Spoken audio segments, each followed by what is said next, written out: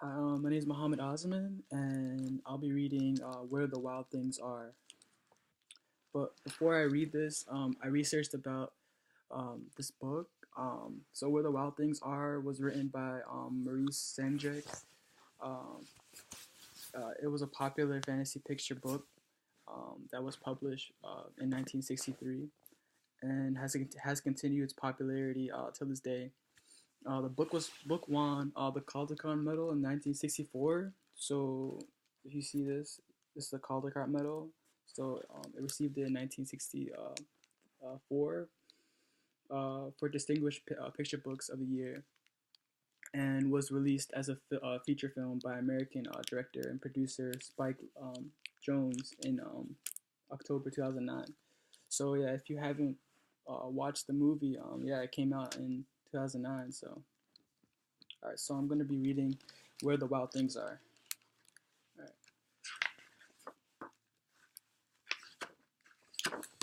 all right. So the night Max wore his wolf suit and made mischief of one kind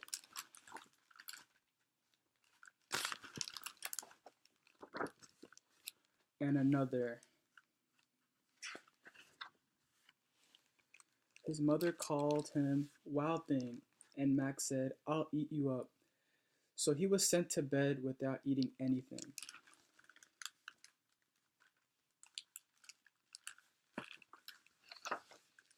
That very night, in Max's room, a forest grew. So yeah, you can see that his room is growing with trees and grew.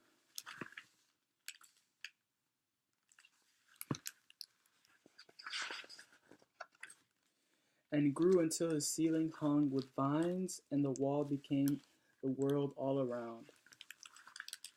So his whole entire bed is filled with trees.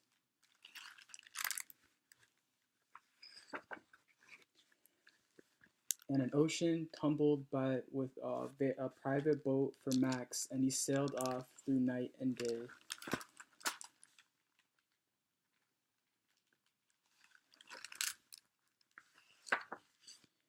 And in and out of weeks, and almost over a year, to where the wild things are.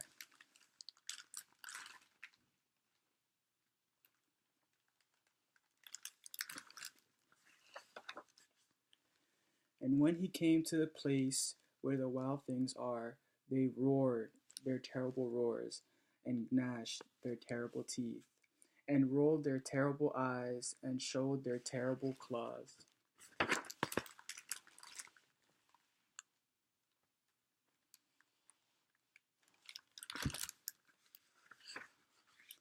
Till Max said, "Be silent," and tamed them with the magic trick of staring into all their yellow eyes without blinking once, and they were frightened and called him the most wild thing of all.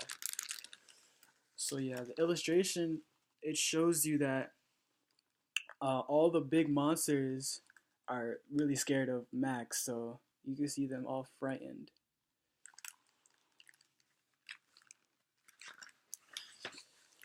And made him king of all wild things. And now, cried Max, let the wild rumpers start. So as you see, all the monsters are obeying Max.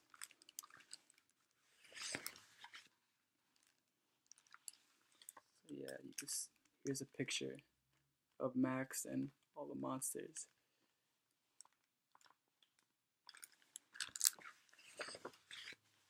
Here's another illustration. The monsters and Max are climbing trees. They're having fun.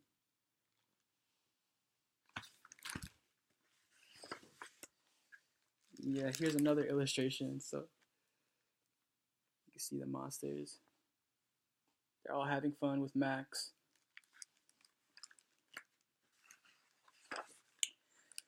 Now stop, Max said, and sent the wild things off to bed without their supper. And Max, the king of all wild things, was lonely and wanted to be where someone loved him best of all. Then all around, From far away across the world, he smelled good things to eat. So he gave up being king of where the wild things are.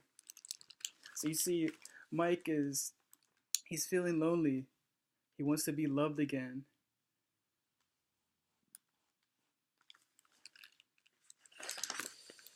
But the wild things cried, "Oh, please don't go.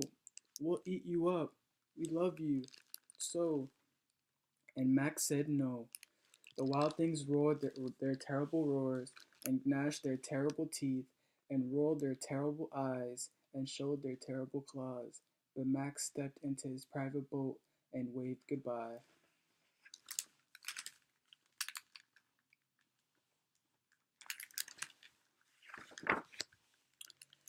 and sailed back over a year and in and out of weeks and through a day.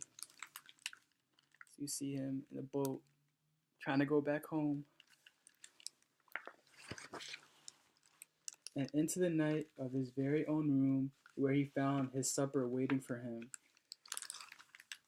So his mom came in. Remember in the beginning of the book, his mom yelled at him because he was messing around with his dog. So his mom brought him supper, and you can see as you see Max is feeling really happy, and it was still hot. So I believe that's the end of the book.